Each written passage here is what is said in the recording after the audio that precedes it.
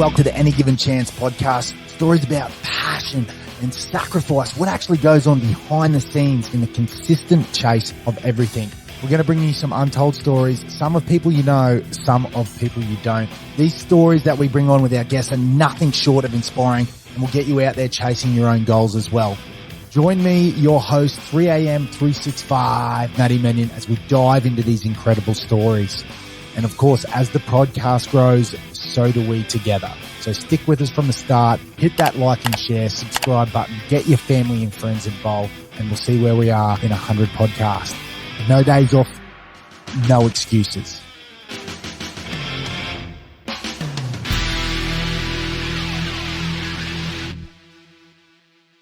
Massive shout out to our sponsor, Squad Athletica. Guys, this training gears, you got the training singlets, the shirts, they've got absolutely everything. They've got the 12-inch shorts, the 16, everything that you need for the running. It doesn't stop there. They've got yoga mats, they've got drink bottles, they've got you covered at all bases.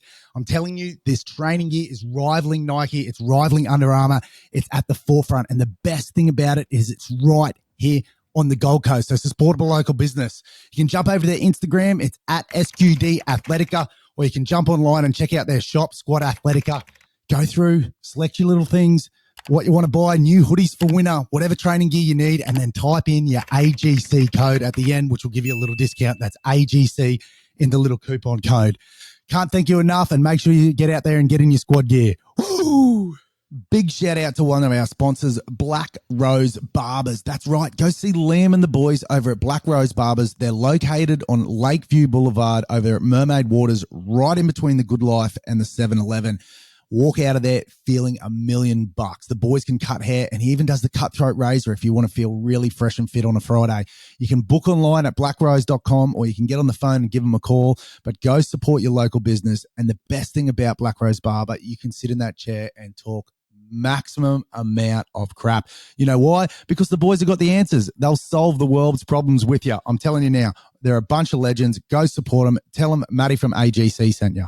All right, we're live. Welcome to Any Given Chance podcast. I've got a special guest. We've got a little bit of femininity in the studio today for the first time. Well needed, by the way. Ladies and gentlemen, Miss Hannah Louise, how are you? I'm very good, thank you. And thanks for having me on here. And I'm here definitely to bring the balance of the femininity. Yeah, so thanks. You are a genetics coach. Now, I bumped into you at a coffee shop. I asked, what are you doing? Because you always look like you're working so hard. So I thought this girl must know something I don't. Cool. And me and Ellie, my wife, have joined part of your crew for the next 6 weeks doing this coaching, just basically exploring what our body types are. Or can you just give us a little bit more, what is a genetic coach? Yeah, absolutely. So it's health coaching essentially. However, what we have now access to is personalized information about people. So we've realized for years that things are not generic. There's about 40,000 diets out there and everyone's having an argument about which one works for who. But we now have 20 years of research that brings 10,000 data points of information about why you need this, Maddie, and I need that. So basically what we're doing now is using personalized health to improve people's lifestyles, fat loss, health, well-being, everything. So. Yeah, no doubt there's been leaps and bounds in, health, diet, science, everything like that. Like you said, there's always a new fad. It always seems to change. But I think with our first conversation that we had, I couldn't agree more, because I was telling you about the differences between myself and Ellie, how Ellie just runs well on these carbohydrates. She loves rice. I mean, she's tried the keto and the fuel and the carnivore with us, which worked to some degree with some of the autoimmune issues that she picked up through her pregnancy. But for me, it's the complete opposite. If I introduce or eat those sort of foods, I am in pain and agony, and especially as you get older. So what and why does that happen from, being young and able to tackle the world and do whatever we want compared to growing to, into our 30s, 40s? How does the body change and where does this sort of play? Yeah, look, two great questions and two great ways to lead into what we're talking about. So firstly, personalized health, like I said. So your partner and you are very different. You're male and female. So we've got those differences. But then, you've got different genetics. So we've got these different baselines that each of us are living out. And then the secondary to what you just mentioned is we've got how those genes are expressing. So you can be born a certain way, have a certain experience, do or not do something, live in a certain climate, turn on a shiver gene, have a trauma. All of these things are kind of how those genes are dialing up or dialing down, so to speak. So how they're expressing. So when you're 3, you're expressing quite differently to when you're 43. So we call that phenotype. So we're one of the only companies in the world, there are a few others, that measure your genes, but what's happening with your genes in real time, which is more what matters. So having a baby changes your genetic expression. So your hormones might change, but some of your genetic baselines will never change. And that's where we need to, obviously, as I said, personalize it, acknowledge them, and work out what's best for you in a same traumatic experience as someone else. Or, if you're running every day and someone else is running every day, they can get a different expression based on that genetic baseline. Make sense? Yeah, it does. Genetic baseline. Look, most of the viewers or listeners, what is genetics? Okay. So let's break it down all the way back to the beginning. For sure. Look, I'm not a scientist and I never go outside of my scope. I have niches in my programs in biohacking and performance around health and coaching. So I stay within my realms. But basically, we're born with some DNA codes. So some, science that we can't kind of change. So the best way to probably explain one of the parts of the science is, we kind of touched on this before, it's called anthropometrics, but it's basically how your embryo grows in the womb. So some of us are tall, some of us are short, some of us have thick wrists, some of us have thinner kind of body frames. So we have a whole bunch of genetic codes, as I said, that make us who we are. So I guess that's generational. So this Correct. this is all. Yeah. So you have your mother, your father. As I said, I'm not deeply scientific in that. I'm not a scientist, so I couldn't tell you what the codes are. I know some of the names of the coding, and that's the beauty of the system that I get. I use the science in a user-friendly way. But basically, where your mom came from, if she grew up in a famine in ancient times, what happened to her genetics expressing in those times. So they carry down through our mother, our father, our grandparents. Like you just said, whether I'm from Eastern Europe and, whether you're Asian or Northern American, those kind of things. So those are gene expressions that happen through evolution, and we've evolved too. So, coming through famines and coming out of, wars and things like that. So you would have adapted in those circumstances, and then your parents pass those genes down. And what happens while you're in your mother's womb and what's happening to her will affect those gene expressions as well. That has come a long way, hasn't Absolutely. it? Like huge over the last 20, 30 years, even that. Before that, it was just have kids. That's it. They didn't understand the trauma or what going. I mean, people used to smoke while they're walking around and drink alcohol. My dad used to smoke in his office, or like as if we would even in his shop, in the back of his shop, his camera shop, you know, like imagine that these days. And it wasn't even that long ago that those kind of things were banned, but it wasn't. And they used to think that smoking was good for you. And then doctors would prescribe things like nicotine to people for crazy reasons. Crazy. So I guess that my understanding of it is the first step on this sort of, because we only find out basically, and I mean, it's a little bit right, I guess, by our last names, because our family generation, our family names, your mother's names, that's how you sort of feel. But is there another way to go about it? I know we just went through a questionnaire with you, but is there a deeper way to actually find, like, is there a DNA testing or something that you can actually see your 10%, 20% heritage, or what's look, there are other, I mean, that's not really the path that I specialize in. Obviously, I'm more about how those are expressing right now and then reverse engineering back to the baseline. But there are companies out there that you can get your ancestry history done. So again, all these awarenesses are power. So if you had that correlated with this science, it'd be a pretty cool thing to have a look at. That's it. Okay. Yeah. So you've got a baseline, you've got, this is where you come from. These are, some sort of pillars which you've created around, but that doesn't necessarily mean you're expressing them right now within your life. You change and you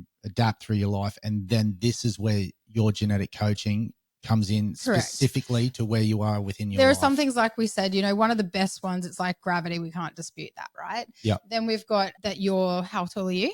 6'0". 6'0", right? So you're 6'0", I'm 5'3". We can't change that. Now we're fully grown. So there are some things that are fixed. So that's what we call your embryonic frame, which is what develops in your mother's stomach. So again, regardless of how, what, why, if your mother's been going through trauma, I don't know the exact, path as to why that gene expressed that way. But if you come out of the womb with a certain embryo development, which means how you grew in the womb, like so for example, like my body type was higher in a testosterone conversion when they were growing, which makes my legs shorter and I'm a little pocket rocket. So I'm going to always have a predisposition, which just means like I don't know what's the layman word for that. I don't know if that's it is what it is. Yeah, it just allows, it tells me, that I can't be taller than I am, like, and the reasons why that happened, and then what I can do to dial up those things in the good way, and then what are the negatives of everything having two sides. So the positive is I'm athletic, I need to move, I've got this adrenaline-based body type, but if I get told to sit in a corner, I might have ADD and,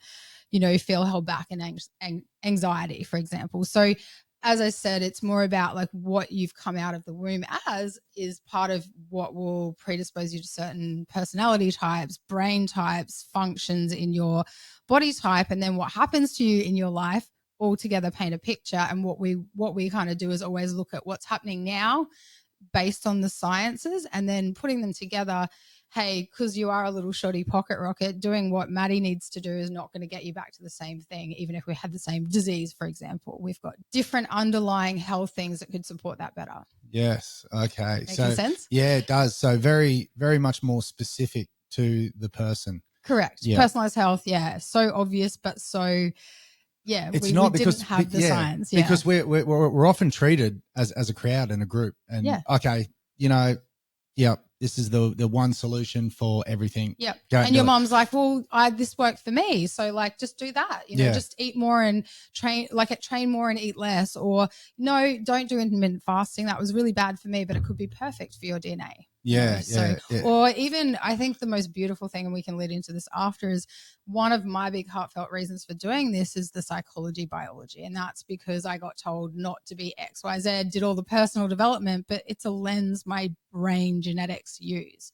So there are certain things. And so if I can do positive things with dialing up the good side of something, then you naturally dial down the stress and things like inflammatory diseases or turning on your predispositions. Yeah. I you mentioned that word stress, like it's all stress. Yeah, it's all stress. Factor. Like with the companies that we're running and doing, I run 1,000,000 miles an hour, and then Ellie's obviously organising the wedding, but I can run at that high stress levels. Elle is not enjoying organising the wedding at the moment because they're two completely different person. And like you said, the intermittent fasting, we both tried that.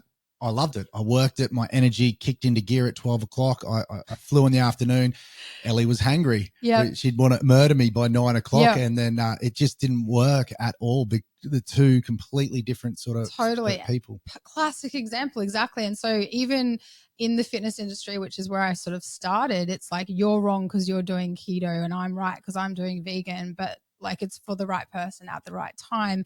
And even you going back to like one of the things you said at the start, and we haven't even touched this yet, you said that Ellie goes well on carbs and you go better on not on that, right? So I can already see from the two profiles exactly why that is the case, and I can't wait to kind of delve into it. And again, even things like, and I won't go into Ellie's personal profile, but she's in a different expression to what her optimal DNA would normally be. So there's a few things that are out that I can see as to why she maybe can't be doing what she used to do, even though it's still right for her body type, but it's just we need to put the current gene expression with the path back to that. Yes. So because like she said, she goes, I know 80% or 70%, and everyone's got that feel about their body. No, this instincts works. Tell you, like it's not just this gut feeling or intuitive eating, it's the inbuilt DNA running you. Like I said, going back to, I'll give you a real simple example with me. I use the occipital lobe of the brain, which just means I use the visual part. So if I color my spreadsheets or look the way I want to look visually, or use visual to learn to study, my brain turns on. Yep. But if you give me logical linear spreadsheets, not that I can't do them, and that's not the way my brain naturally functions, I'm going to feel stress and probably have an ADD temperament around that sort of thing. So even just using that, even how I would write a program for someone, I can write it more detailed for someone with a detailed brain. And next step for the person who's just dynamic and just would be like, what are you bogging me with the info? Which is a classic thing in my family too, where my mum is an opposite to me. So now you don't take it personally either. Yeah, so that's right. Cool. Like, as soon as you said that, one thing popped into my head is an audio books I can listen to. Yeah. If I read a book 3 pages in or 3 lines in, I'm asleep. Yeah, wow. So see, I'm the opposite because I love to see what I'm looking at, So straight up. And so it can feel ungrounded and unsafe, and there's a stress, right? So we're not just a whole bunch of psychological fussy people, there's actual science. And I think it's about 50% of our brain DNA is fixed. So like as much as you want to try and be someone else, sometimes there's things you can't change. So you're better off dialing up the sides of them that are good for you, like being a people person, if that's you. But if you're an introvert and that's your genetics, you can't force yourself. I mean, you can always learn and adapt. But again, that's where how my genes are expressing by doing the wrong thing in my social life or my eating style really can affect you so greatly. So again, when you dial up the good side, you dial down stress naturally. I've heard, it's not a fight. Yeah. No, I've heard 2 examples with that, and someone presented me with a different video because obviously I listen to Goggins and I'm that mindset, like just fuck the little man, excuse language, stuff the little man in my head. You know, the more I tell him to go away, the more I tell the pain to go away, I can control the pain. Yeah. And then someone presented me like with an ultra marathon runner, and he welcomes the pain. So he speaks to his body and says, no, thank you for telling me I'm hurting. I understand, but I'm going to keep going. Totally. So there's 2 completely different sides of the frame there. There's I'm controlling you, go away, I dominate you, and you know, the welcoming thank you, like 100%. And look, some of that can be DNA. Some of it, obviously, we still are these individual sentient beings or whatever we are. So we still have our own choice to, you know, whether you pick up the profile and use it. Yeah. But basically, for example, like someone doing an ice bath, which is a generic trend at the moment, it might actually be the wrong thing for their DNA. Whereas for someone like me, that dopamine, I'm a dopamine driven brain type, which is opposite to my body type. So I've always had this dichotomy, like oxymoron kind of me going on. And now I know why, because of my genetics. And I can use an ice bath as a hack for the dopamine aspect. Okay, I understand. Yeah, right. Yeah, I guess there's a lot to unpack there. Yeah. But I'm going on this journey, like we spoke about, you know, you've got that gut intuition. Well, it's really leading you. That's a 70%. We're with you now to try and learn that last 30. And I'm sure we'll get X amount, and it'll be from here, it'll be like another year journey. Yeah. Just learning. It's an exponential unfolding. Like it's an awareness tool. And once you get one layer and you're looking from that, like looking at, you know, I just want to fix my gut health. You know, that's what you're looking at today.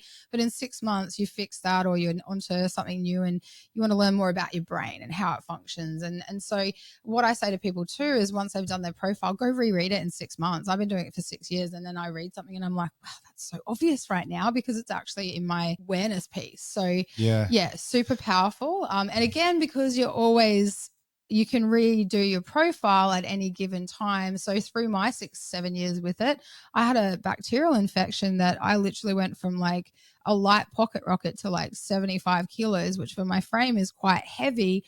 And I don't get to be a pocket rocket when I'm heavy, right? So, and I went to all these generic doctors and naturopaths and did all these generic things for my DNA to fight this bacterial infection. But I needed the genetic approach for me to do the right thing. Wow. So combined, it's powerful because I'm not dissing any of those medical practitioners.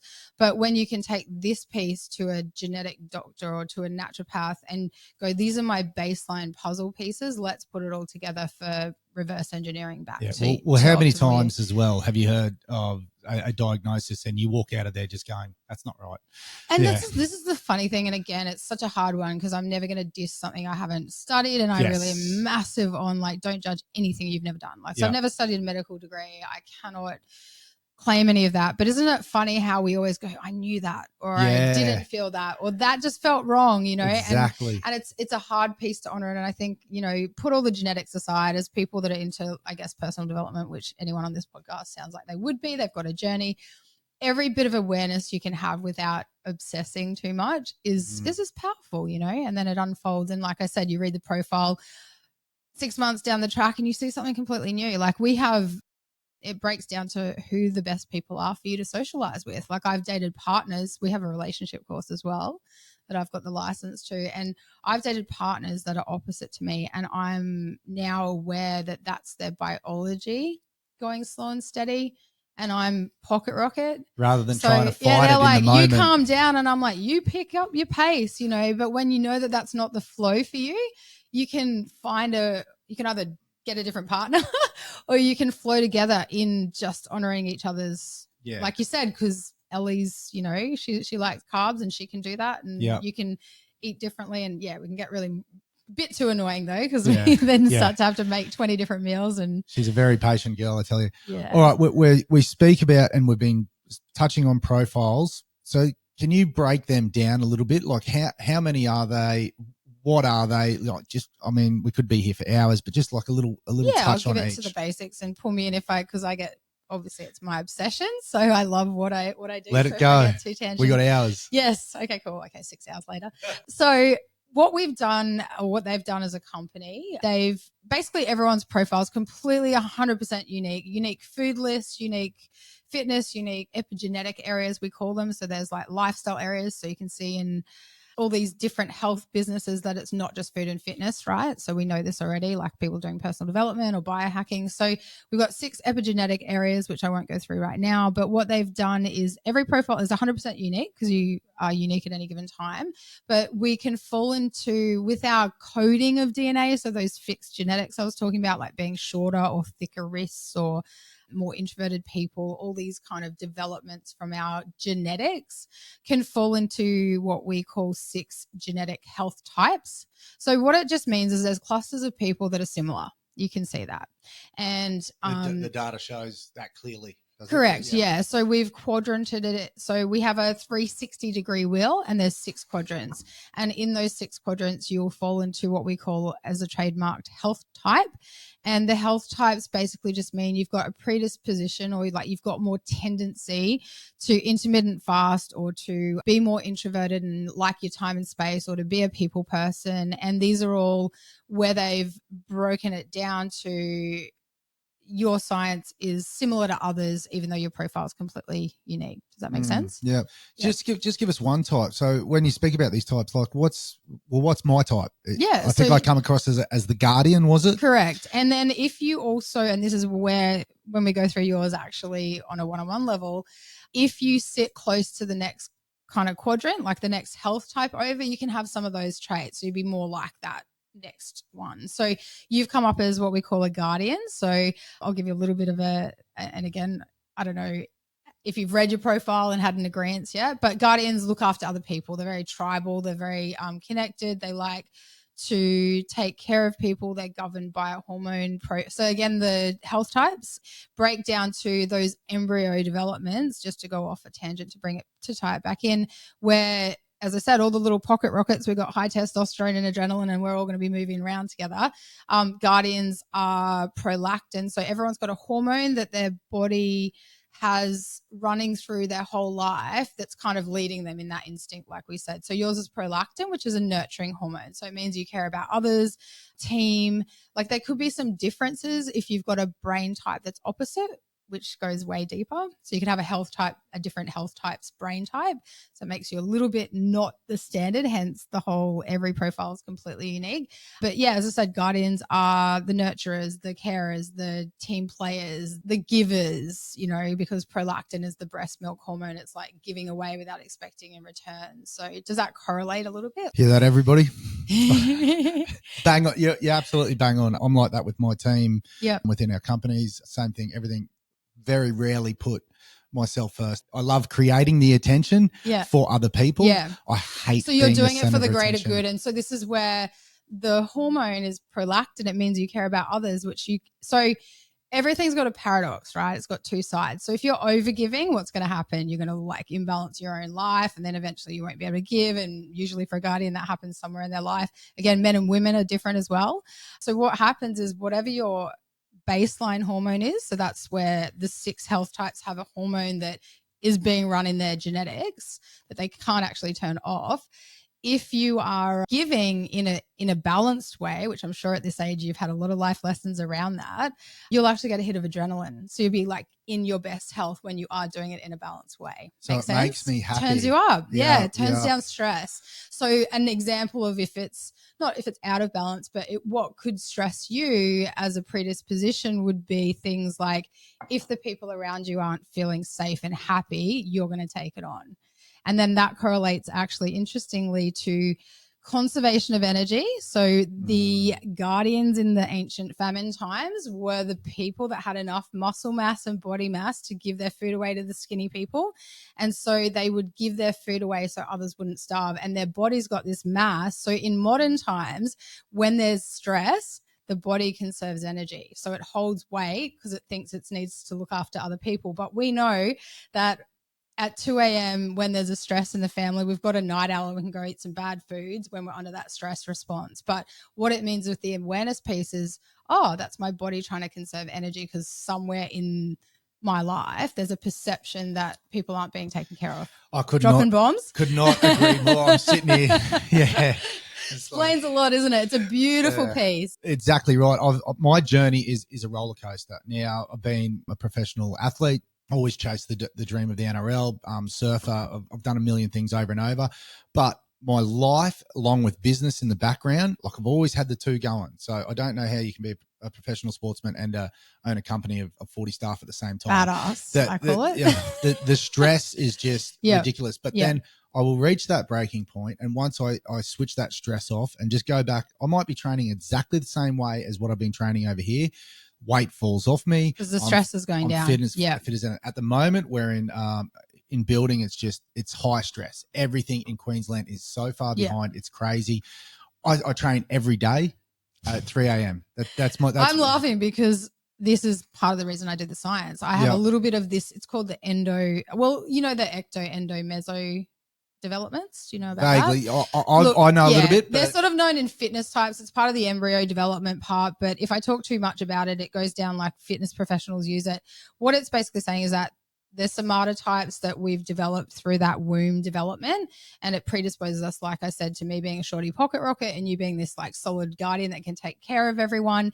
And so when we're under stress, it shows up the other side of that, I guess, baseline hormone. So for you, stress without this perception piece. So I've got a little bit of the DNA that you've got, but I'm mostly better as a little pocket rocket with testosterone. But because I have that, it used to do my head in that I'd eat and train perfectly well and do all the right things, but I could still hold weight if I felt trapped in a relationship or if there was stress in certain areas, and my profile nails every single part of that. Crazy. Yeah.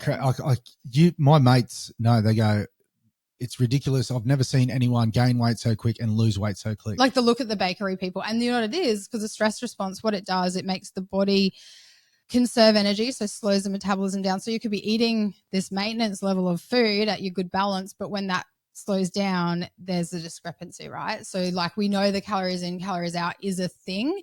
And if you've got the guardian biology, one of the predispositions is generally high blood sugar, right? So you can't eat carbs, right? And the ability to hold weight. So in modern terms, with all of the food, and if you were unaware and you were just eating whatever and letting your body lead you, you could be quite obese. It can turn on those genetics, right? And thyroid kind of issues, again, just generalities. And I know, it's beautiful, isn't it? You're blowing like 12 different shades of wind at me. I'm just like, I'll take that. It's cool. It's mind opening. And especially from a late 30s male now, my whole perception of training and my whole life has been eat, train hard, train harder, then train harder again. And you're probably turning on too much stress by doing that. I mean, you're pretty adapted. And I think too, there's a lot to be said for adaptation. And like, as you know, homeostasis of building muscle and staying there and doing it. And consistency is always the key, right? So you and I have been training. I didn't turn my body fat genes on too badly, but they're there when there's stress. They're there when, like I said, I had the bacterial infection. I didn't eat anything much different, but my thyroid predisposition in my genetics, my body was attacking the thyroid. So I went hypothyroid, which means I couldn't walk and do as much like daily kind of expenditure of energy, and my metabolism slowed down, and I couldn't eat carbs at the time because of a H. pylori bacterial infection, but my brain needs a bit more carbs. So it's all just like this storm that can be going the complete wrong way without the awareness, but the complete right way once you've got the pieces. And like you said, you've got bits of the puzzle where your instinct said, hey, this makes sense, but you just didn't have the clarity. So what we do with the profiles is get clear so you can throw away the things that aren't right for you, like the high carb diet isn't you. And it may not be keto either, because keto I think would be too high fat just based on what I've looked at in your profile, but it's this right amount. And it's also knowing that a bit of fasting would be okay for you because you've got a body that's not going to wither away, right? And so then we look at attachments with food. So I think it's just a combination too of lack of awareness and science, and now we've got that. And then we have a society where there's surplus and addiction and a whole bunch of other topics we can just not talk about today. Yeah, and that's what I was coming back to, being a middle-aged man and training that way. I'm so uneducated, and I'm pretty educated on this stuff compared to many The of my average. companions. Yeah, that's what I was saying. The tradies driving up the highway up to Meat Brisbane pies. every day. Yeah. Not only that, the stress that the highway every day, 2 hours in traffic brings on.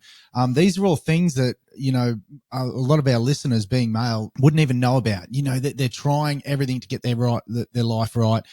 They might be in that middle age where they're, you know, trying to buy their first house, or, you know, they're trying to figure out how to become a man from, you know, being an adolescent little 23-year-old rat running around like we all were. Yeah. But, you know, to educate yourself now, and guys, I'm going to take you on this journey. I'm going to, you know, document it, show you after 6 weeks where I'm at and what I know. So hopefully, you know, everything plans out that way. Good stuff, and yeah.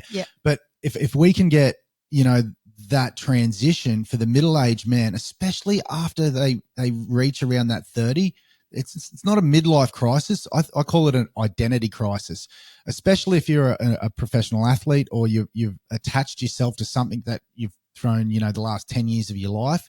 You don't understand that life's not over there. Like, it's just, I always talk in 10-year cycles. So 1 year, you got to be a beginner. 2 years, you start figuring it out. 3 to 5, you become good at it. And 10, you're an expert. I think everything does happen like that. I don't call myself an expert in the sciences. I said that I'm not a scientist, etc. But what I've niched in with my clients, it's taken me 10 years. That's exactly right. I can get my body into a certain composition, for example, but if someone sees that and comes in and they've been training for a week, like, we're not going to have the same outcome, regardless of how much genetic info I can give you. So reps and consistency. And then, like you said, you know, even the masculine side is different. Like, your genetics as a guardian male is very different to a guardian female. We've still got those differences as well. So I'd encourage, you know, this middle-aged man group just to dip their toes into it, do a few little things, jump on your Instagram. I think there's a little quiz there, or, you know, get in touch and, you know, just dip your water into it and see, because they might be pushing, like you said, exactly in the complete opposite wrong direction and doing themselves not more harm. I mean, but it's true, because it's like me being one. So in the 6 types, we've got what we call a hierarchy of needs. So each genetic type, based on that hormone that they're governed by, that keeps them safe. So prolactin for you, for me, adrenaline and testosterone, which is movement, someone else, serotonin, pleasure and reward. You can then start to see, obviously, like Maslow's hierarchy of needs, for example, is like food, shelter. We need all these basic things.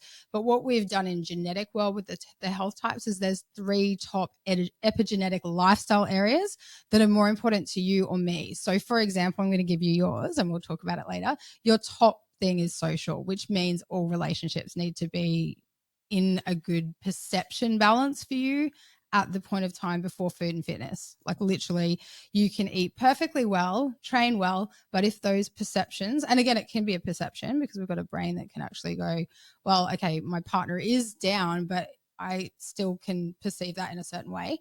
But if you know that, you can know, oh, that's why I'm having a little bit of fluff on my stomach this week, and I've been training the exact same. So why is that? Like, that makes no sense. So you can look at that area of your life first and you can dial that up, or your perceptions around it. The second one is food for you, because of the body type that has a, you know, ability to store fat and turn on those diabetes, or, you know, again, your profile is completely unique, but your predisposition. So you need good food to manage your body type, right? And then you need good movement. So those top 3 need to be completely in place. And guardians too, like groundedness, because they're solid grounded bodies. They need shelter, like, so yours does have that factor in there. So having things before you do is a really important, powerful piece. Mine, for example, is movement, number 1. So fitness. So I have to move before I can do my work, or else I won't be able to do it. Second is social. So if I don't feel safe in the tribe or connected based on oxytocin, I'm going to feel really stressed. And then I need good food to support my moving body type. Wow. So that's like complete. And you, in saying that, like, I just spoke about me training every morning, I grab movement first, but you're completely right with I haven't digested. You will freeze if you haven't got, like, you won't want to move. So you're locked into lazy body type. When I say lazy, you're not lazy. Do you ever feel heavy and fluidy and grounded and ungrounded if that's unsafe? And like you're always putting on weight, just feeling like that? I can do a 10K run one day, but then if that, you just pinpointed it in light bulb moment. If those things change within the work relationships or something with me and Ellie, or stress with that exact same run the next day can be a minute slower Yeah, per it kilometer. feels like you're fighting against the stress response, right? Because you are. So that's your body conserving energy, which means I'll want to up intake and decrease movement. You're pretty aware, so you're probably not going to go and shove, 10 Big Macs in your mouth. Not that that's a bad thing, but what I'm saying is without the awareness, you could be actually putting in more. Do you know what I mean? I'm like special for that. But you're a guy too. Yeah, just that, and especially with my ADHD, that dopamine response. Totally. If I'm down, I'm food. And I don't have that stop. Can I tell you too, like I said before, so there's a seesaw with that hormone. So prolactin is up and dopamine will be down. But if dopamine's up, prolactin's down. So when you hack your dopamine up, you will get leaner and lose weight because because prolactin is fluid and growth and size. So all of these is just like, again, you can just dial them up and down or just be okay with not being stressed about the stress. Yeah. Because we add to that, right? Oh, I'm such a bad person. Why can't I run? Or I ate that crappy food. But it was your stress response and your biology, right? When you witness it, you can just go for a walk and go, oh, that's what's going on. I might be a little bit fluidier and, heavier feeling, right? Isn't it beautiful? I know. There's these super shades cool. of wind. I'm just, mate. Well, it's funny because when I'm, like, for example, I'm very self-aware in my body. And so when I'm doing client calls all day on a Wednesday and Thursday, I feel more prolactin-y, like I feel heavier and I'm more, it's a stable biology though. It's not a negative thing. It just, I feel heavier. But when I'm selling and doing the lead generation, my dopamine's up and I'm doing and I can feel the difference in my body. Like I feel lighter and more agile. So it's a cool biohacking kind of perception. What do you reckon stock market guys, Wall Street guys feel? Oh, they would be dopamine. And I can look at a body type now and be like, oh, they're very, because like even the opposite body type to you would be what we call a crusader, right? And they're more dopamine driven. And it doesn't mean that they're not heartfelt or don't care about the greater good. But if they're sitting there working and you trip over in front of them, because they're driven, I'm going to go back a step. Their genetic type top three are mind. So their mind, then their genius, and then their environment. None of that has got people in it, right? Yeah. So they're driven with that dopamine purpose hormone to kind of like to get their dopamine in their biotype. So if they're sitting there doing their purpose and that's their hierarchy of needs, like their genius, and you trip over in front of them, they'll literally won't go like that. You know how like you and I would be like straight away go and help them, regardless of whether the knee's grazed or they actually broke their leg, like how severe it gets. The dopamine type might sit there and go, okay, they're not going to die, sweet. I'll get on with my work. You and I would be mortified by that. We're like, but we're people persons like, oh, are you okay? That's what we would do. So watch that kind of thing in your reaction of your biology and see, I just got goosebumps myself. Yeah.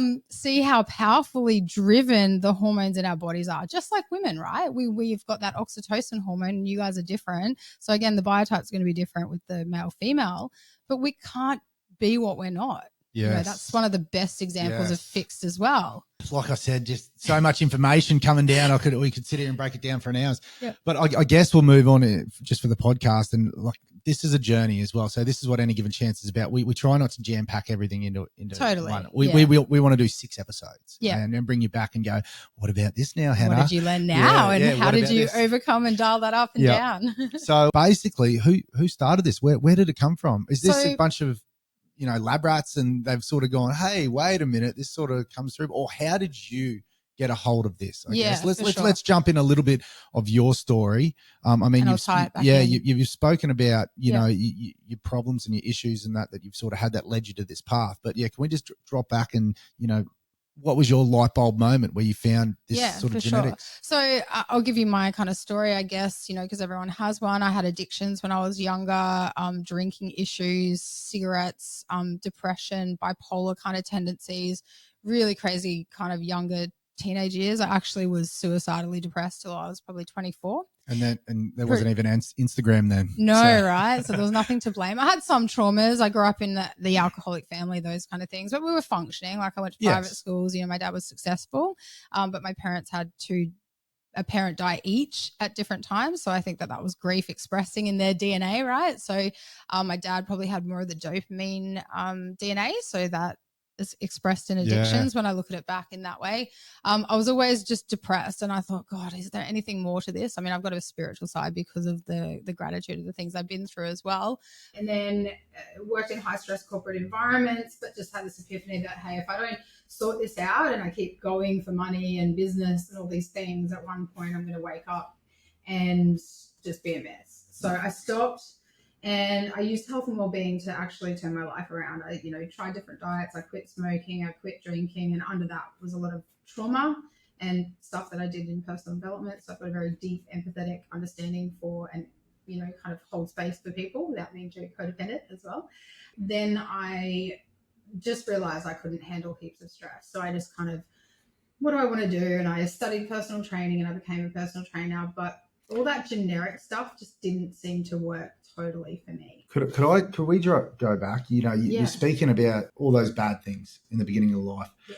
What was the light bulb moment there? What was the click that you said, no, I don't want to do this? Was there one moment, or were you just sick of being in this zone? I just couldn't push anymore. Like, I just was like, there has to be more to life than feeling depressed or feeling this average. And I had a partner. Yeah. And I think, you have those moments when you look back and Steve Jobs says you can only connect the dots looking back. I had a boyfriend, and the way I was behaving, I loved him and wanted to be with him, but the way I was, he couldn't deal with it. Yeah. So I had to wake up. And then I think my grandma died at the time, and I don't know, just late 20s, something happened where I had to just look at shit, excuse my language, because I couldn't push anymore. And if I did, it would just be worse and worse and worse. It was just so painful to be myself that I had to make changes. So I went down every rabbit hole. I did spiritual stuff. I've been to, 12-step programs. I've done, all these things. Actually, look, I'll just be completely transparent. At 16, my mom sent me to AA because as soon as I started drinking, I went straight into this like crazy pit, right? And now that I quit drinking at that late 20s point for 10 years. I was like, okay, if this just makes my life worse, I better stop it. So I did. And I used health and wellbeing and personal development and spirituality and prayer and every woo-woo thing I could do, every science thing I could do. I did whatever it took to find this kind of piece of the puzzle that clicked together. But going back to looking back at my life, now I have the epigenetic power, which I'll tie it back in later.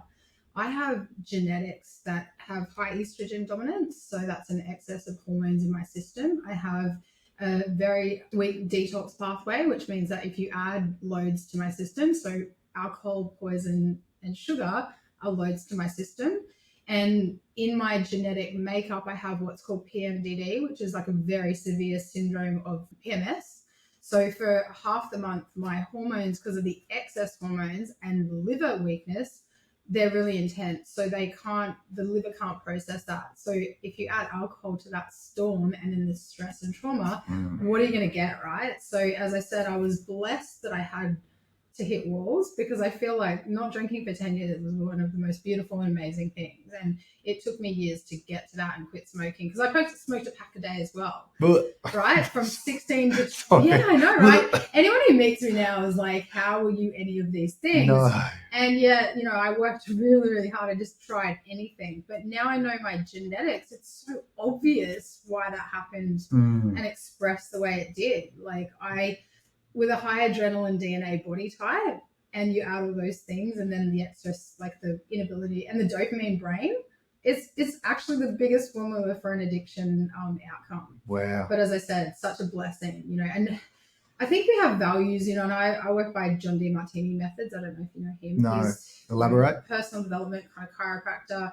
He talks about we live by our highest values, and wherever the values come from doesn't really matter. But one of mine is health and wellbeing, because I didn't have health and wellbeing. So everything that I'm driven to do has to be around that first. And it's, and that's why I guess I do what I do, because that's my high value. Yeah, I understand. What has become it. It's weird that you say that, because I always used to go into teams and, we would have a group bonding session at the beginning there, and I would introduce myself as Matt. I'm this athlete. I'll push you. I'll drive you, because I was, halfback, used to bark, never stopped talking. That was my job. But even your language is about other people. Yeah, but in amongst the year, I will fuck up. There will be a point where I will do something stupid. I don't know why. Yeah. I'm telling you right now, it's coming. And it was like I knew it was going to come, and it did. It always did. But I never. ADD? It was, but it was I think what you're just speaking about, not an addiction or something like that, but it was just a temperament to with alcohol as well, especially with professional rugby league or rugby league. You know, we wouldn't drink, but then we'd have a Friday game, and then that weekend would be pain. Right? Yeah. And I have that now. Like I didn't drink for a couple of years, 2 years, best 2 years of my life. Unbelievable, amazing. It always finds a way to creep back in, and it's just like sugar, right? It is. It's the epitome of the devil. The problem with is, without going off too much on a tangent, that there's nothing better than 3-4 beers with your mates at a pub as the sun's going down, having a great time. You know, bonding. I mean, I've done a lot of work around drinking. Yeah. Right? So again, it's another topic to epigenetics, but that and sugar addiction were my two things, right? So they're two things that in society are just taken for granted that you just do them, right? Yeah. No one questions them. And again, we could go on a whole other topic about questioning things and like, you know, defaults, what would you tell like a male like that who doesn't understand, you know, what I guess they drink just because it's a social thing and everything like that, but that could be completely wrong for their genetics, couldn't it? And that could be a lot of the reasons why. Well, it could be just adding to it, and again, it comes down to the stress factor, right? Okay. So I believe, for example, if I was in a room of addicted people and I had the profiling, I'd be like, sweet, we can get the foundations of your house, darling. Like if you're in recovery or trying to quit drinking or fix your life from the things that you've done as a result of your bad drinking, if you had a better puzzle baseline, like, you know, you were socializing with the right people and you treated all of your symptoms from the cause, meaning from now I use the genetic language. Like if I'm low in oxytocin, I get depressed. What's oxytocin? So oxytocin is the connection hormone. It's bonding and trust. It's a woman's hormone. That's why we talk a lot. It's like people, it's, you know, all those kind of things. So I'm a body type driven, high in oxytocin. So if I'm low in oxytocin, for example, I don't feel bonding and trust and safety. Okay. So if I feel like that, I can't be around people because I'm the uplifter of the tribe. So you go into your back Catch cave. 22, exactly. Yeah. But what's happening then? I'm further depleting my oxytocin. Yeah. That is exactly what I did as a teenager when I was 16 and depressed. That's exactly what's happened every time without fail when I look back using my genetic safety, that one of those top three is out. And the main one was oxytocin. So if I'm... And being a female, it's a double whammy because we need they're proving in studies now, like for menopause, hormones, everything, that oxytocin is the balancing hormone for us. So you can again choose a perception or a safety. Like if I don't want to be around everyone, I'll be around the people that I feel safe with to get my oxytocin up, or my pet or whatever. Yes. So now I look back in retrospect, the depression would have been exacerbated by retracting from people as well at the very time that I need to boost that hormone. So to know that, and because I think for me, this is my spiritual, heartfelt side. I think we're creators and we can default to things and be a victim and stay where you are and believe what the current reality is, or you can choose the new reality. And so somewhere along the lines, I had this insight in my late 20s. Okay, so everyone's telling me I can't drink, I'm an alcoholic, or whatever they wanted to outside tell me, which I think my mom put some labels there.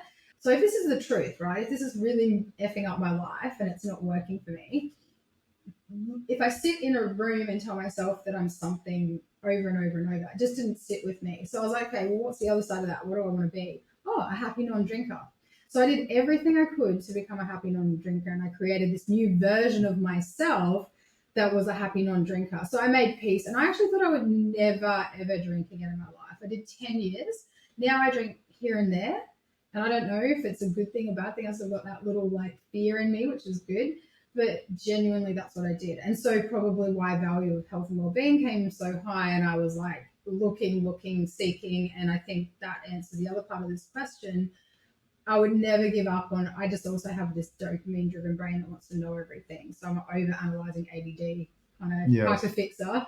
So I hyperfixated on something positive and ended up with all the hormone issues that I still had, because it made no sense. I went to endocrinologists and naturopaths and doctors and did all these things, but no one really fixed it. And I still don't have the female hormone issue fixed, but I can dial up good stuff and dials down the stress on that, right? So I ended up somehow, one of my good friends, Mark Haynes, he owned gyms and he's like very knowledge nerd, kind of science deep as well. And he found this profiling and he said, hey, I've got this profiling that I think you will absolutely froth over. and he profiled me, and he was one of the first coaches in Australia. Matt Ryman brought it to Australia. I don't know the details on the science and how it formed together.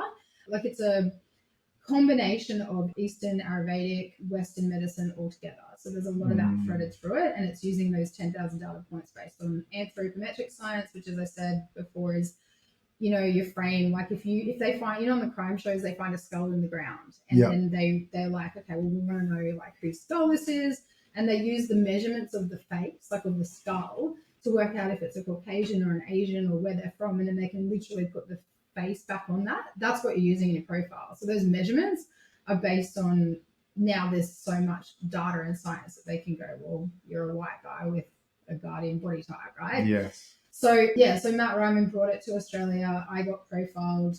He's like, do you put on weight when you feel trapped in a relationship? And I'm like, that's exactly it. Like, what the hell? You know, because I need freedom and roaming, because I got this testosterone running through me. So the perception of being trapped with a partner was like stressful, and my body would stabilize and hold more prolactin. So yeah, just really, really fascinating, because I would eat to the letter perfectly, and like I had clients that were the same genetic as me, and they were told they were lying about their food diary, and they weren't. You know, was that what you were talking about? So the fat is a heavy feeling kind of thing that we talk about. So yeah, so I got to be profiled, and then it just blew my freaking mind. I was a coach, and I coach women and men with fat loss from fitness PT perspective online, but I knew the stress response was a thing. So I do these programs, and I call them yin fat loss, where let's lower the stress and speed up the metabolism, you know. So I was a little bit weird and left of field, but then getting the science, I was like, oh, I'm on the right path. I just didn't have, you know, it's like your instinct saying, oh, I knew that diet was wrong for me. But then when you get the clarification, there's one less stress, right? Because you're certain, and there's a path to follow, and you can be like, yep, I'm going to throw what my mom says away, because mom's like completely different to me, and she doesn't need the same things as I do. And same with Ellie. And so that's kind of how it came across my path, because I guess too, I was in the realm of health and well-being, and so I'm going to be around people like that, and I love leading edge science. And so yeah, it just came across my path. And when I found it, though, I got that aha moment of, this is my hands up in the air, just like that. Yeah, I love that beautiful word. Just that alignment, right? You're like purpose and heartbeat and truth. Yeah, just that. You're exactly right. Aha, like I knew it. I knew it. Yeah. So yeah, wow. Like you said, like I'm sitting here going through this now. I'm just like, where was this? Like, and I have to do the complete opposite. So like I said, de-stress, run a marathon a day. I was running 21 Ks a day to be fit, lean, and all that. And that was probably, if I just, you know, toned down my stress or figured out this over here, I wouldn't have to run 21. I'd only have to do 5. Overnight. Oh, but it's crazy. true. And as I said, like, you know, even my body type, like I'm very visual, as we said earlier. I used to think that was vanity, but I can't turn it off, right? I can't turn off. And so my genetic type, they said in class, will get grumpy if they don't like what they see. So I could be doing that to my body in the mirror, and a woman thing, right? We have that pressure. Or it could just be, as I said, it's a dull room and I don't want to work in this grey house, you know. So hacking that little part of the brain and turning, we call it flow, right? So the profile is literally, you're either, so I look at it, I explain it like a seesaw. Stress is up, or thriving can be up. You can't thrive if you're fully stressed, right? So everyone's like, I'm going to push past this weight issue. I'm going to push through this stress. But what if you dialed up the good stuff and the stress just lowered? Yeah. You know, like, hey, Hannah needs some oxytocin today. Let's go to that before she sits and does 10 detailed tasks. It's not her jam. But if she goes and gets that safety in the oxytocin, then her focus is going to be less ADD, right? Yes. So it's just every behavior we do or don't do turns on stress and inflammation or thriving and soaring, and it's so unique to each person. Yeah. Okay. Yeah. So diving into people that you've helped, you've been doing this now for what, 10 years? 6-7 years, but as an online coach, like 10 to 12 years. 10 or 12. Yeah. So that you've transitioned over. What are some of the benefits that you've seen people? How many have you been predominantly female? I mean, females that go to females, like, you know, dudes are like, I'm not listening to that chick. I'm gonna go lift weights and do this over here. Like, you have to be at that next level to sort of poke there. But what sort of benefits have you seen, like people change? And so, what would this do to, you know, someone just coming off the street who knows? Okay, let's break it down. Let's go back. Let's go to someone who's coming in off the street who knows absolutely nothing, who wants to make a change in their life, who's listening to this, compared to someone who knows what they're doing. They're already in the gym. and they're going through it. How can this help them? So let's do the two benefits. Let's do the nobody. Yeah, so the first. layman person, in terms of layman knowledge about fitness and health, what it can do is, as we said, there's so much confusion out there. There's so much generic stuff out there. There's so many things to choose from. It's so overwhelming. Like, if you go straight to your own personalized health, you get your roadmap straight away. So you get a certain path to follow that just tells you what you need to do based on you and your genetics. So that is very simple. Do you want to go any deeper on that one? Well, look, I'm sometimes too. That's my biotype. I don't go to church. Yeah, I know. It's like a professional guitar player trying to teach, smoke on the water. Yeah. You go, okay, you done that yet? Let's move on. Come on, let's go to the for next example, one. like if you don't know what to eat or what style of eating is correct for you, let's go look at your food list. Let's go see what your genetics say they need right now. Yeah. And let's look at the style of eating that works for your body type, and let's start you on that. I need to go to the gym. I'm XYZ body type. Going and doing HIIT every day may not work for you. So let's go straight to what your recommendations are in fitness and get you on something that, it gives you the right movement for you, the right style of training, the right, even tells you, like, for example, predispositions for lower back issues. And let's start with working on your core, because that's your genetic. My brother's deep into that at the moment, Hayden. Yeah. He's doing a mentorship down here. Just that whole corrective culture, body line, everything, breathing. He's been into it, same thing, for about 2 or 3 years. Yeah. He's the Oakley rep at the moment, but he's transitioning into that, to have that as a background, because he's passionate about it. Yeah. And he's been working with me all that, all my neck, all my project, turning on your fascia. Yeah. So I don't specialize in that, but now we've got a puzzle piece. You can go to your physio and go, I'm predisposed to hip flexor issues. That makes so much sense now. Not just trying to fix the symptom, like me, right? Fixing the symptom of estrogen, I thought I had to get rid of every chemical and xenoestrogen and like toxin around my environment and do all these XYZ things and fix the problem, but it wasn't. It was a predisposition, and the difference is I can manage it. Right? Okay. So for someone coming off the street, coming to you, basically jumping on the program, they would basically get a roadmap of, all right, we're going to try all these things based on your genetic thing, and then we're going to sort of, realign them and do it the way that's best for you from the start, rather than I say, if you're not assessing, you're guessing, right? So we assess you, and myself as a coach, I'm not going to give you what works for me if it's not what works for me. And so I have 2 niches. I guess it's been fat loss. When I just recently went through my whole coaching panel, it's literally 60% women and then 40, or it's like so close to 50-50. Yeah. I get a lot more peak performer males than I do sort of fat loss or anything. They just want to dial up all those peak performance things. So that's that next group. So you don't have many tradies who are looking to get into it, because it wouldn't be a thing on their spectrum, would Not it be? As such, it would be for the next level, for but the guys who fat loss understand niche, I do. Everyone like most people want to tidy up their body composition. Like, we just live in that world. Like, so I do get a lot of body types that don't understand why they're doing the right things and not losing weight. So that could definitely fit into the most basic male who's like, but I'm a tradie, and how come I'm putting on weight? Like, where do I start? What do I do? So that fat loss kind of zone is probably a bigger, broader range of fat loss energy, sort of. Okay, cool. Yeah.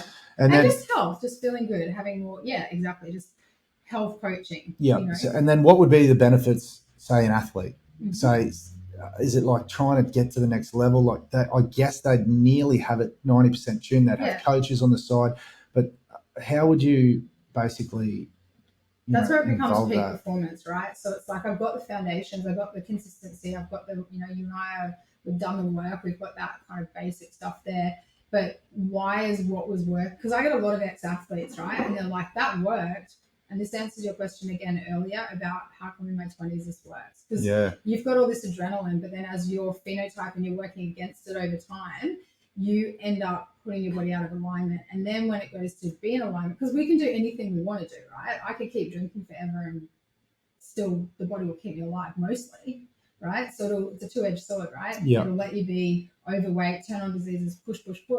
But if you've got a better alignment to your genetics, then you'd be not pushing against yourself. So what I actually get a lot of ex-players and peak performers, like I said, and what they're looking for is, well, they're human potential people. Like, they've already had a high standard with their physiology and their recovery and their training and their nutrition. And so it's like, well, how come it's not working anymore? Or like, how come I've got all this, but there's something missing? And it comes down to that we didn't have that, like you said before, we didn't have the science, right? Yeah. So now that generic stuff, yes, you can push it and push it and push it. You can push anything if you want to, but it's how long will that work for you, you know? And then as you get older, those diseases express over time. So we then look at what's right for you versus me. Yeah. Do you find with those types of people that they're always consistently chasing that one peak time in their life? You know, so they might have peaked and one day. The same thing. Do you? I'm like, I want to be lean and this and that every day of the week, but I'm a female and I need to fluctuate a bit. That's right. But like, I feel like it's a everyone. two-edged sword again, right? It is. Everyone always speak to, especially athletes or people who have been there, made it, and they're still in the game. They're always working at that negative aspect. They're always say this is, I call it 0.0. This is or 100. You know, that's their top peak mark. They're always, I'm at 80 or I'm a negative 80 or negative this. They're never there. They're never happy. And I'm not saying that, you know. I was going to say, I reckon that probably comes down to childhood wounds. Like there's a whole nother conversation I reckon we have there. Like I think we all have two sides to who we are. Like you can come from that fear-based, not enough, or from your truth and love and high purpose, right? And I know when I'm aligned with my value of health and well-being, I'm in my truest, highest high, purpose. But that can cross over to body dysmorphia and being too hard on myself and that 80% and looking at the 20% that's wrong, right? Yeah. So that can be a wound, but your wound can also drive you. And I don't think it's negative. Like when again, looking through my avatar, as I call it, which is just my ideal client that I just attract for whatever reason, they're peak performance. They're high-level business people and they didn't necessarily have kids or no kids or partners or single or whatever. They were just driven people. So their standards are high. And so, that is kind of what I attract. Yeah. But I'm like that myself. And I get told I'm too hard on myself. But also, if I didn't have that and I didn't have this visual, like, kind of, again, could be hard on myself visually, but also visually driven in positive ways, I wouldn't have cared as much about my health and well-being, And so it's a good thing. Everything's got, again, two sides. And I think that just comes down to getting back into your heart, right? Yeah, if you're in your heart, you'll realign those neurosis. Yeah, that's right. Yeah. My brother always speaks, Hayden, he always speaks about that.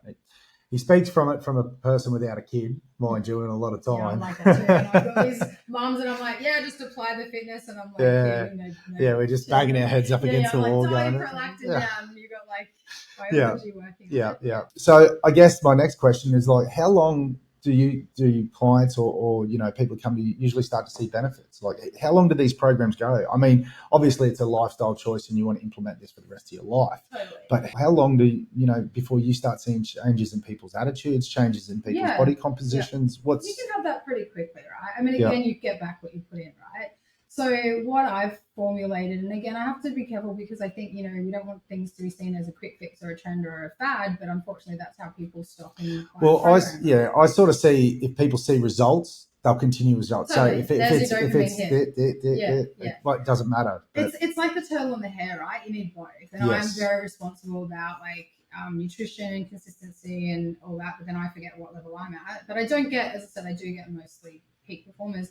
But we have what we call a genetic reset, and it's where your genetic type has a way that it resets digestion, energy, just overall health and support. And that one's really rapid. Like in 10 days, I can get someone to realign a lot of that quite quickly while the science does. I don't do it personally. And so in my programs, what I've done is I believe in testing and measuring, and I've beta tested I do a 12-week biohacking mastermind, and then I do another sometimes shorter 6-week, which is what we're going to do.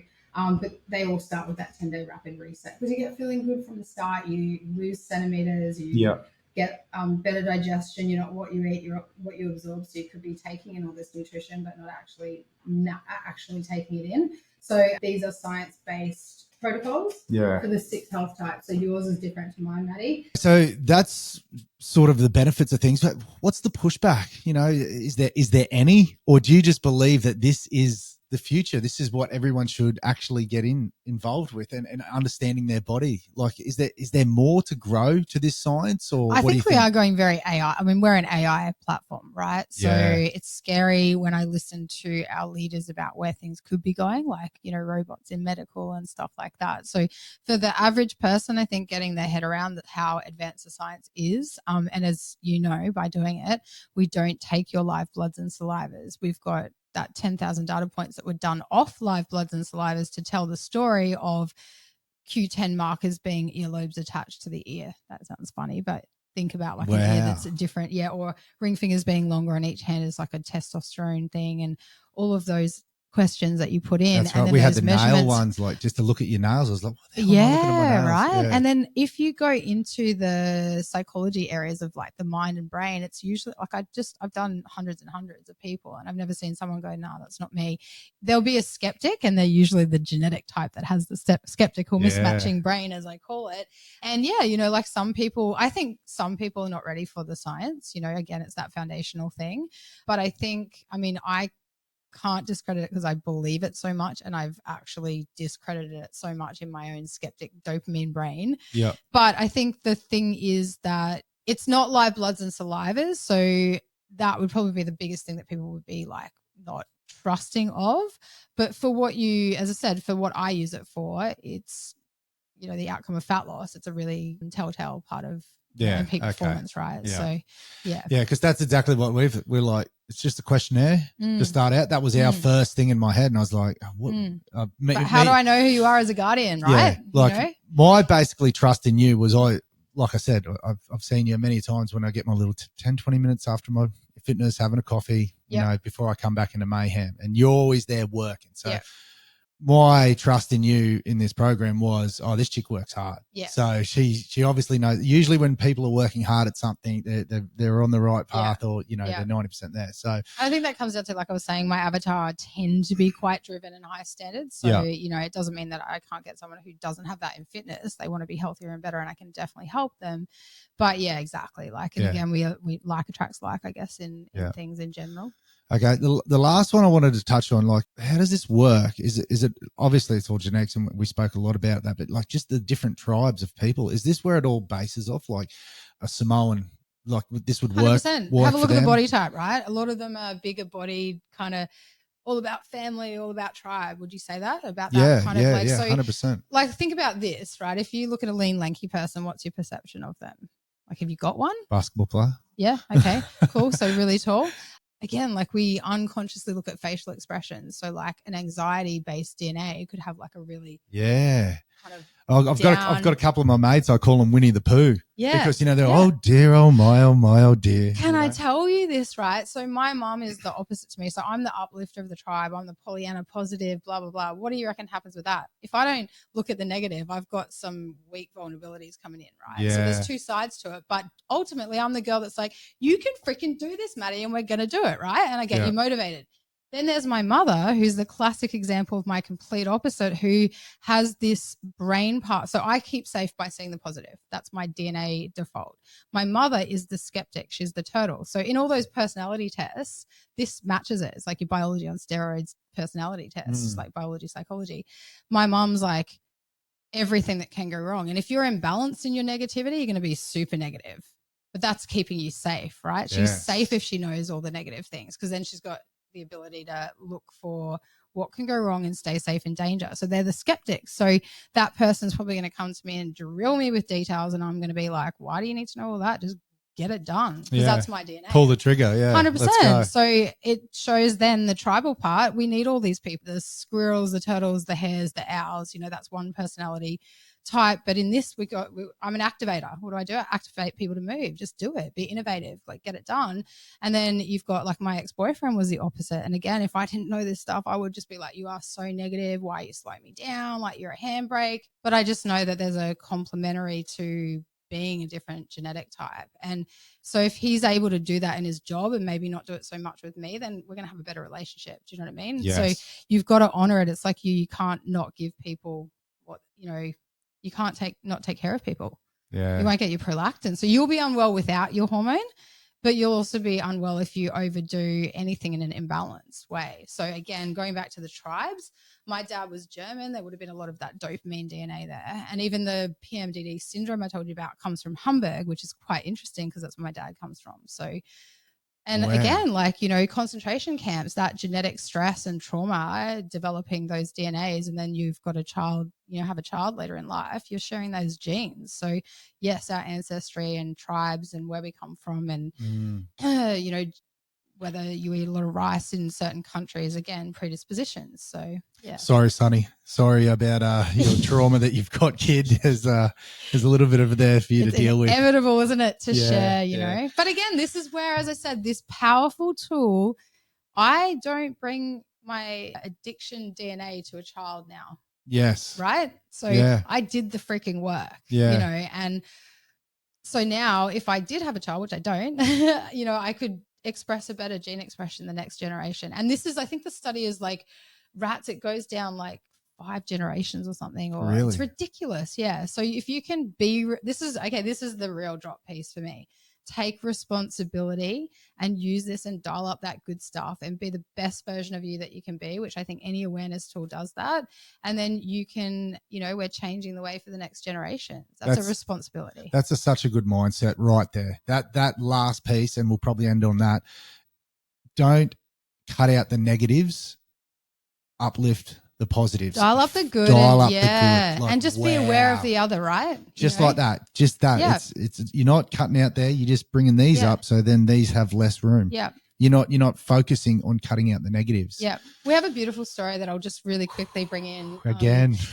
Dr. Cam's one of our head teachers. I'm so lucky that I use a science that, like, I use a company's science, but I'm a coach endorsed in that company. So there's thousands of doctors and naturopaths and everything, and I won Coach of the Year, and I'm not at any of those things. So because I obsess and love this so much, right?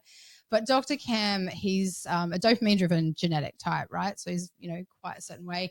But his child was a connector, which is more of a dynamic and distractible and all these things that don't fit into a classroom, right? So he got an email from, we do a parenting course, by the way, as well. So you can learn your child's genetics and then nurture them. Don't make them eat breakfast if they're an intermittent fasting body type, or, you know, let them go slow if they're a bit of a slow morning starter, right? So everything, as I said, you can incubate it much better. But he basically got an email saying, like, your child's misbehaving and disrupting the class and blah, blah, blah. And he wrote back to them and said, hey, my child's this genetic type. If you let him move, connect, give him these responsibilities first, blah, blah, blah, this is how you teach him in class, then he will be much better. And they actually did it, and he's top of the class now. And we saw the email thread, and I just thought, I'm going to cry probably right now because I just got that full goosebump moment. But that was me as a kid. I got told everything was wrong with me, from even going to AA and being in child guidance and on the veranda and the behavioral issued one.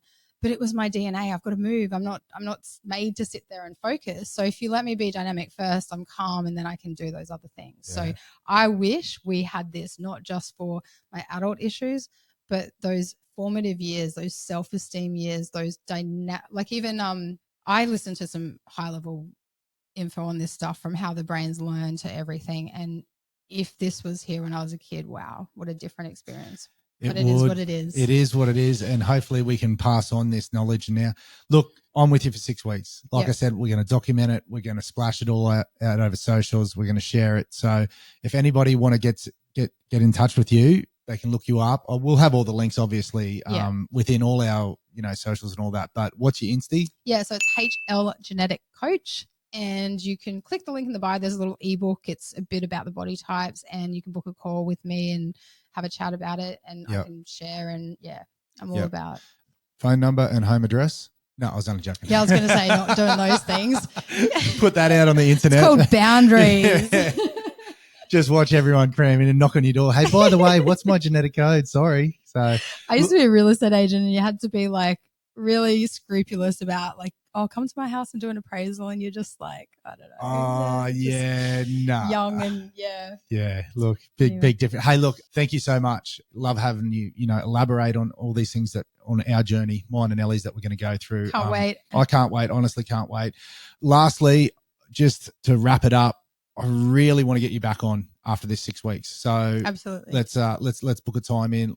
And then you can break down the results. Yeah. And look at the journey and break down. And we can look at the both sides of it, and yeah. like, because as I said, I'm always looking to improve, and I just want to do what works for people. Yeah. But again, you don't get a perfect formula, because the minute you declare that you're going to do something, life gives you a little test, doesn't it? Yeah, that's so it. Let's see what comes up Yeah. for you. But again, when you can dial it up with your genetics, there's some really cool hacks in the live. I feel like the live journey is where the power comes from. Yeah. So spreading that message.